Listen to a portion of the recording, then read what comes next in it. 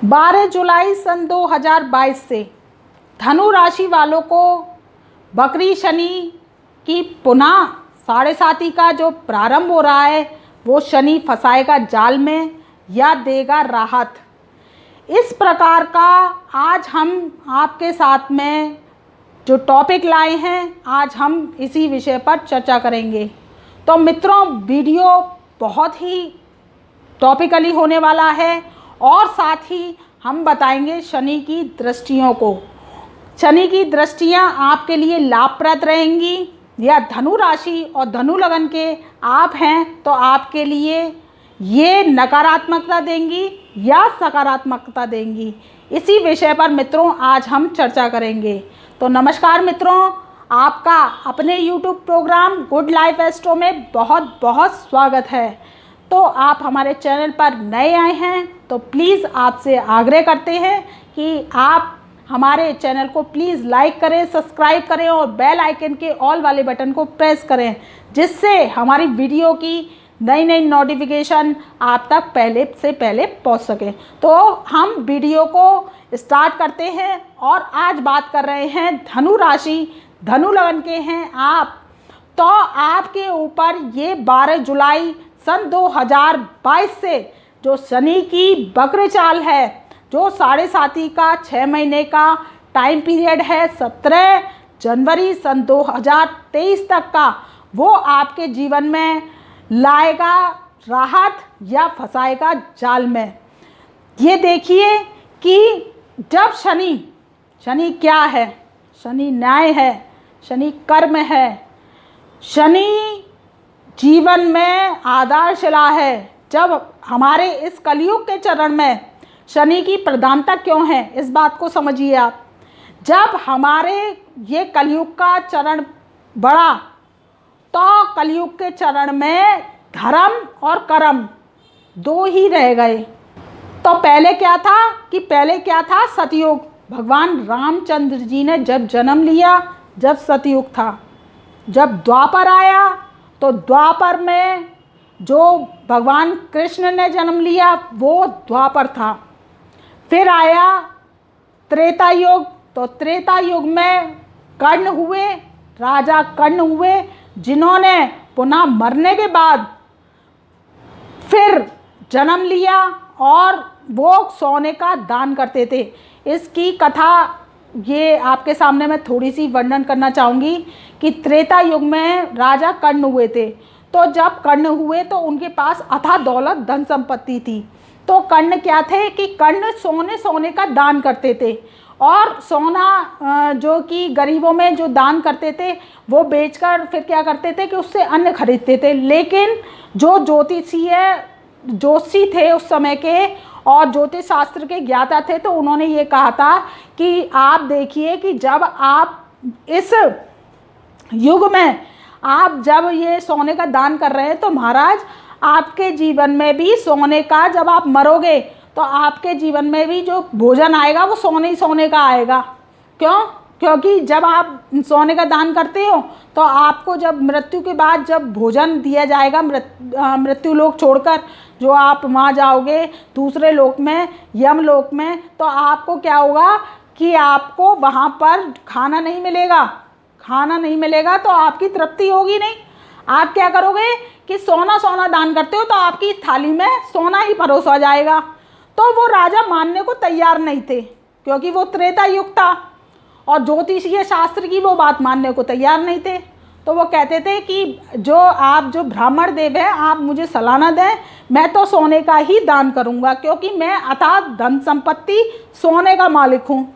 तो वो गरीबों में लेते थे और 1.25 मन सोने का रोज दान करते थे। तो फिर क्या हुआ कि उनकी मृत्यु हुई। अब उनकी मृत्यु तो हो गई। अब मृत्यु के बाद जब यमराज उनको ले गए यमलोक में, तो उनके सामने जो थाली आई वो सोने की आई। उसमें क्या हुआ, थाली सोने की थी, उसमें आभूषण परोसे गए कि अब इनको खाओ।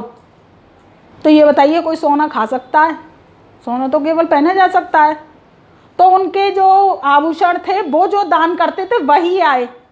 तो वो बोले यमराज से कि भगवान मुझे क्षमा करो और शनिदेव मुझे क्षमा करो, आप मुझे प्लीज़ वहाँ पर पृथ्वी पर पुनः छोड़ आइए और मुझे जो 15 दिन हैं उसके दान पुण्य मुझे कराने दीजिए। क्यों? क्योंकि उनका शरीर वहाँ पर रह गया था, उनके शरीर का जो दाह संस्कार था करने का वो त्रेता युग में नहीं किया गया था, वो जो शरीर था वो वहीं पार्थिव पड़ा था।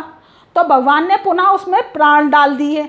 उन्होंने कह दी चलो तथास्तु, और तुमने गरीबों का कल्याण किया है, चलो भोजन में सोना दिया है, तो आप जाइए पुनः। तो उन्होंने प्राण डाल दिए उनके शरीर में, तो वो पुनः पृथ्वी पर जीवित हो गए। अब जीवित होने के बाद क्या हुआ कि जीवित होने के बाद में जो कर्ण थे वो पुनः जीवित होने के बाद में उन्होंने नए नए तरीके के पकवान बनवाए, नए नए तरीके के व्यंजन बनवाए और अपने पूर्वजों की शांति की। इसलिए हमारे जो कनागत होते हैं वो पूर्वजों के होते हैं। हमारे हिंदू शास्त्र में वो कनागत भी राजा कर्ण के द्वारा बने।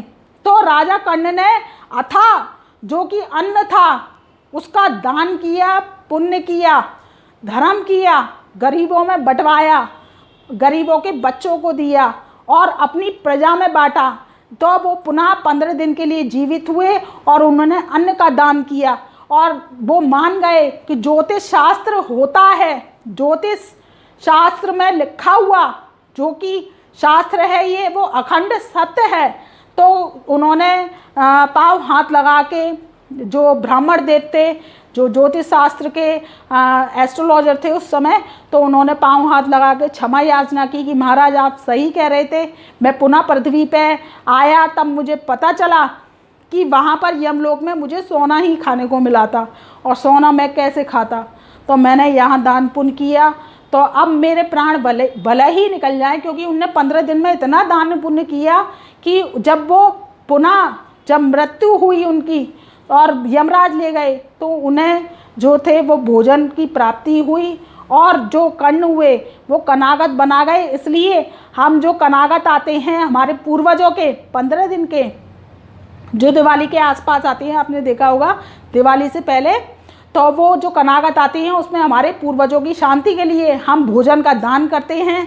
अपने घर में जो हमारे पूर्वजों को भोजन पसंद था उसका भोजन बनाकर हम प्यार से ब्राह्मण को जमाते हैं, गाय माता को खिलाते हैं और 5 गिरास निकालते हैं, जिससे हम जब मरें और हमें मृत्यु की प्राप्ति हो और हम भी यमलोक जाएं, तो देवलोक जाएं, तो हमें वहाँ पर जो भोजन प्राप्त हो वो हमें भोजन ही मिले, सोना नहीं मिले। तो ये थी त्रेता युग की बात, तभी हमारे कनागत बने। अब है कलयुग, तो कलयुग में केवल धर्म और कर्म रह गया। धर्म कैसे रह गया? एक तो गुरु बृहस्पति और दूसरे रह गए कर्मों के देवता, न्याय प्रिय देवता शनिदेव। तो धर्म और कर्म में लड़ाई होने लगी, यानी ज्ञान और बुद्धि की लड़ाई होने लगी।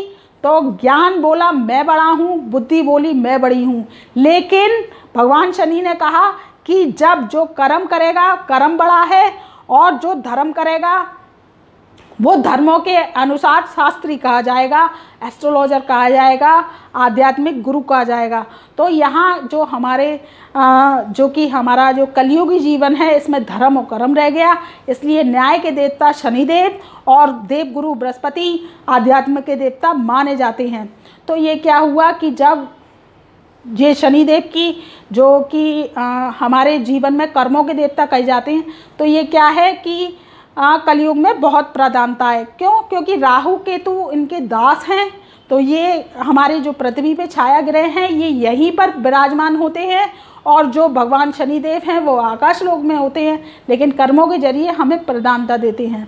तो देखिए, जब हम कर्म अच्छा करेंगे और अपने जीवन में शुभता लाएंगे तो हमारे कर्मों की जो यात्रा है वो पूरी होगी और हमें जीवन में उन्नति की, सक्सेस की, इज्जत मान प्रतिष्ठा की, धन की, दौलत की, कुटुंब की, सब चीज़ों की प्राप्ति जो कराते हैं वो हमारे कर्मों के जरिए कराते हैं, वो भगवान शनिदेव कराते हैं। आप देख लीजिए कि आप विवाह करने भी जाते हैं तो आप कर्म करते हैं, क्योंकि विवाह करना भी एक कर्म है। आप रिश्ता देखते हैं, चाहे लड़के के लिए देखते हैं या लड़की के लिए देखते हैं, तो वो वहाँ की यात्रा कर्मों से शुरू होती है। जब रिश्ता हमें प्राप्त हो जाता है, हम अपनी कन्या का कन्यादान कर देते हैं, हम अपने जो बच्चा है लड़के की वधू ले आते हैं, वो भी हमारा कर्म होता है।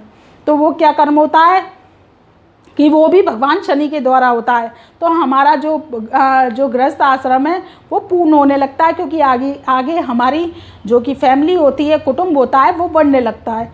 तो वो भी हमारा कर्म है। तो जब ये 12 जुलाई सन 2022 से धनु राशि वालों के जो कि तीसरे स्थान में कुंभ राशि में शनिदेव विराजमान हैं, तो उनके लिए इतना बुरा फल नहीं देंगे। क्यों नहीं देंगे, इसका रीज़न मैं आज आपको बताती हूँ। वीडियो को लास्ट तक देखिएगा, तभी आपको वीडियो समझ में आएगा। और इसके बारे में मैं शनि की दृष्टियों की भी चर्चा करूंगी। अगर आप धनु राशि धनु लगन के हैं तो देखिए, जो शनिदेव आपके तृतीय स्थान में विराजमान है, पहले तो वो जो कि शश नामक राजयोग लगाकर बैठे हुए हैं। क्यों? क्योंकि वो कुंभ राशि में है। तो ये 12 जुलाई से धीरे धीरे जो कि बकरी ग्रह क्या होता है कि पीछे की तरफ चलता है, उल्टा चलता है। तो ऐसा माना जाता है कि ये पृथ्वी पे निकट आ जाता है। तो ये क्या करता है कि ये पृथ्वी के निकट आने पर हमें जो परिणाम है वो देने लगता है। तो ये 12 जुलाई से पुनः मकर राशि में चले जाएंगे। तो वहाँ पर ये जो मकर राशि में जाएंगे तो इतना बुरा प्रभाव नहीं देंगे। क्यों? क्योंकि चौथे घर में देवगुरु बृहस्पति हंस महापुरुष राजयोग लगाकर बैठे हैं। और ये 6 महीने का जो टाइम पीरियड है, ये धनु राशि धनु लगन वालों को शुभ साइन दे के जाएगा। क्यों? क्योंकि आप अच्छे कर्म करते हैं, आपने अच्छे कर्म किए हैं, तो 100% आपके न्याय के देवता शनिदेव आपको प्रॉमिस करते हैं कि आपके अच्छे कर्मों की वो लाभकारी योजना आपको देकर जाएंगे, लाभ देकर जाएंगे और आपके जीवन में उत्थान देकर जाएंगे। तो शनिदेव की जो ये बकरी चाल है, जो कि 7.5 के रूप में मानी जाती है, लास्ट चरण है 6 महीने का, क्योंकि 7 साल तो पूरे हो गए। अब 7 साल के बाद जो कि लास्ट चरण है 6 महीने का, 17 जनवरी सन 2023 तक का, तो ये धनु राशि वालों को इतना नुकसान नहीं देगा। आपको घबराने की ज़रूरत नहीं है। आप शनिदेव की दृष्टियों की बात कर लेते हैं। तो शनिदेव की जो दृष्टि है वो तीसरी दृष्टि पंचम हाउस पे आपके पड़ेगी। अगर आप धनु राशि धनु लगन के हैं तो जब पंचम स्थान पर जो कि आपकी तीसरी दृष्टि पड़ेगी, तो ये पंचम स्थान में राहु देव विराजमान हैं 12 अप्रैल सन 2022 से। तो वहाँ पर पंचम स्थान में राहु देव विराजमान है। तो उनकी जब शनिदेव की दृष्टि पड़ेगी, तो आप देखिए, सबसे पहले तो बस आप थोड़ा सा ये ध्यान रखिए कि आप थोड़ा सा पेट का ध्यान रखिए। आपको थोड़ा पेट विकार सता सकता है, क्योंकि जब राहु और शनि की जो दृष्टियाँ मिलती हैं तो वो क्या होता है कि थोड़ा सा हमारे जो कि पंचम स्थान होता है वो हमारे बुद्धि विद्या संतान का होता है और हमारे पेट का भी कहा जा सकता है। तो थोड़ा सा आपके पेट में विकार हो सकता है। अगर आपको पेट की ज़्यादा समस्या हो तो आप डॉक्टरी चेकअप भी करा सकते हैं, डॉक्टर की सलाह भी ले सकते हैं। बाकी के लिहाजे से देखा जाए पॉजिटिव साइन से, अगर आप टेक्निकल के स्टूडेंट हैं, आप मेडिकल की पढ़ाई कर रहे हैं और आप सर्जन बनना चाहते हैं, तो ये आपके योग प्रबल हैं और प्रबल योग का निर्माण कर रहे हैं। क्योंकि जो कि ये पंचम स्थान में जब राहुदेव बैठते हैं तो ये टेक्निकली जो पढ़ाई करते हैं बच्चे, उनको ख्याति दिलवाते हैं और शनि के कारण सर्जन भी बनते हैं, शनि के कारण डॉक्टर भी बनते हैं। अगर हमारी पत्रिका में शनि की पोजीशन अच्छी होती है तो शनिदेव हमें टॉप क्लास डॉक्टर बनवाते हैं और हमारा देश विदेश में नाम रोशन करवाते हैं। तो बस थोड़ा सा आप अपनी जो कि पेपर्स वगैरह का वर्क है, थोड़ा सावधानी बरतिए। देखिए, उपाय से ज़्यादा परहेज़ होते हैं। अगर आप परहेज़ कर लेते हैं तो आपको उपाय करने की ज़रूरत नहीं है और शनि से घबराने की बिल्कुल भी ज़रूरत नहीं है। तो क्या करिए कि आप थोड़ा सा, जैसे पेपर वर्क है तो उसको पढ़कर साइन कीजिए। और जैसे कि थोड़ी सी बुद्धि में राहुदेव बैठे हुए हैं तो बुद्धि को भ्रमित योग बनाते हैं, तो भ्रम से बचिए। आप पहले पूरी जांच पड़ताल कर लीजिए किसी भी काम की, जो भी काम करना चाहते हैं आप, तब उसके बाद में निर्णय लीजिए, तो आपका काम 100% अच्छा रहेगा। तो थोड़ा सा आपको बस ये चीज़ है, बाकी आपको अच्छे संतान की प्राप्ति हो सकती है। जिनकी संतान नहीं हो रही थी, धनु राशि धनु लगन के हैं, उनके संतान के योग बन रहे हैं, और जिनका विवाह नहीं हो रहा था उनके विवाह के भी योग बने हुए हैं। तो आप विवाह करना चाहते हैं तो इस समय में आपको अच्छे लाइफ पार्टनर की प्राप्ति होगी। फिर ये समसप्तक दृष्टि से भाग्यस्थान को देखेंगे। देखिए शनि की दृष्टियाँ तीक्ष्ण होती हैं, तो जब शनिदेव समसप्तक दृष्टि से भाग्यस्थान को देखेंगे धनु राशि धनु लगन वालों को, तो भाग्य में वृद्धि करेंगे, भाग्य में तेजी लाएंगे। जब भाग्य सोया पड़ा था, क्योंकि देवगुरु बृहस्पति भी चौथे घर में हंस नामक महापुरुष राजयोग लगा के बैठे हैं, तो ये क्या है कि शनि की जो क्रूरता है उसको कम करते हैं। और जो कि धनु राशि धनु लगन वाले हैं उनको भाग्य का साथ नहीं मिल रहा था, अब भाग्य का साथ मिलेगा और उनके काम बनेंगे। तो ये भाग्य सोया हुआ भाग्य आपका जागेगा, और जो कि शनिदेव हैं न्याय के देवता, आपको भाग्य के जरिए लाभ की प्राप्ति कराएंगे। अब ये अपनी दसम दृष्टि से 12th हाउस को देखेंगे। तो देखिए 12th हाउस हमारा विदेश यात्रा का होता है, विदेश में निवेश का होता है, विदेश में जो बच्चे पढ़ाई का होता है, पढ़ाई करना चाह रहे थे उनकी पढ़ाई के लिए वो विदेश यात्रा कर सकते हैं। आप घूमना चाह रहे थे, सेटल विदेश में होना चाह रहे थे, तो इस समय आपका टाइम पीरियड बना हुआ है। आप धनु राशि धनु लगन वालों के जो कि टाइम पीरियड है वो शनि के कारण जो कि 12th हाउस में दसम दृष्टि पड़ रही है, तो आपके विदेश यात्रा के योग बने हुए हैं। आपके घर में शुभ मांगलिक कार्य भी हो सकता है। क्यों? क्योंकि पंच महापुरुष राजयोग भी बन रहा है 24 अप्रैल सन 2023 तक। तो ये आपके लिए पॉजिटिव साइन है, शुभ साइन है। शनि की जो कि पुनः 7.5 लगी है, जो कि वक्र चाल आई है, आप धनु राशि धनु लगन के हैं, तो आपको इससे घबराने की ज़रूरत नहीं है। आप अपने कर्मों को ध्यान रखिए, आप अपने कर्मों पर ध्यान दीजिए और अपने कार्य को करते जाइए, क्योंकि शनि आलस्य को नकारता है। अगर आप आलस करते हैं और उस काम को समय पर नहीं करते हैं, डिसिप्लिन का निर्माण नहीं करते हैं अपने जीवन में, तो शनि अशुभ देते हैं फल। और आप जब जो चीज़ ठान लेते हैं, आप जिज्ञासु होते हैं, अपने प्रयासों को तेज कर देते हैं और समय पर काम करते हैं, तो शनि प्रसन्न होते हैं और आप पर कृपा बरसाना शुरू कर देते हैं।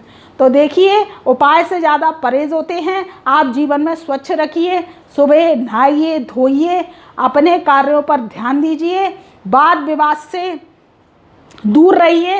अगर आप धनु राशि धनु लगन के हैं, एक परहेज और आपको बता रही हूँ मैं कि क्या कहते हैं, अगर आप जो वाणी है वो थोड़ी सी आपकी बस थोड़ी सी कठोर हो सकती है, तो आप वाणी पे ध्यान रखिए। स्त्रियों से खासकर जो कि स्त्री हैं उनसे लड़ाई से बचिए, और जहाँ जैसे कि वाद विवाद हो रहा है तो उससे बचिए, और जहाँ भीड़ इकट्ठी है वहाँ पर खड़े ना हो, अपना वहाँ वाद विवाद में ना फंसें।